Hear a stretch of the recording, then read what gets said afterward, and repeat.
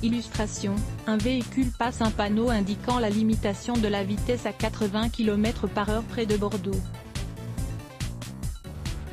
Nicolas Tuca AFP. Le décret d'application abaissant de 90 km/h à 80 km/h la vitesse maximale autorisée sur 400 000 km de route secondaire à partir du 1er juillet a été publié dans la nuit de samedi à dimanche au Journal officiel, après des mois de controverses.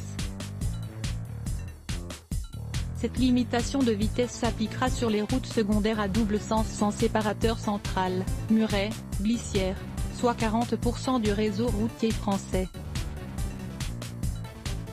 Source de sempiternelle querelle, cette mesure vise à réduire la mortalité routière qui, après le plus bas historique de 2013, 3427 morts, métropole et outre-mer confondus, est repartie à la hausse entre 2014 et 2016.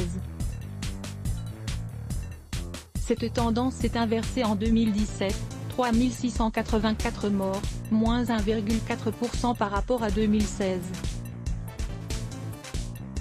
Annoncé le 9 janvier dans le cadre d'un plan gouvernemental visant à faire baisser le nombre de morts sur les routes, cette mesure suscite une vive contestation de la part d'associations d'automobilistes et de motards, d'élus locaux et même de ministres doutant de son efficacité.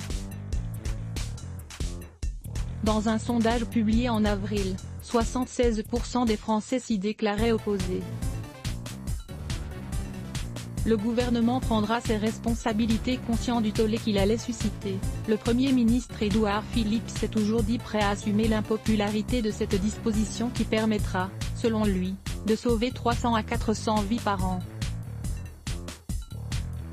Réduire le nombre de morts et de blessés sur les routes françaises est un véritable enjeu de politique publique, a-t-il ainsi répété le 18 mai, alors que la veille, le ministre de l'Intérieur, Gérard Collomb, avait préféré brandir un joker quand un élu l'avait interrogé sur le sujet. Une clause de rendez-vous est fixée au 1er juillet 2020.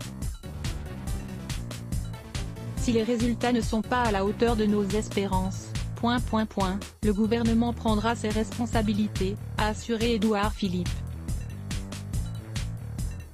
Face à la colère de leurs administrés, les sénateurs ont créé un groupe de travail pour évaluer l'utilité et l'efficacité de la mesure.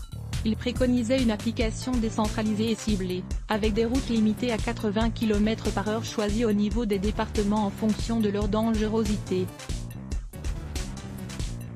L'option n'a pas été retenue par le gouvernement.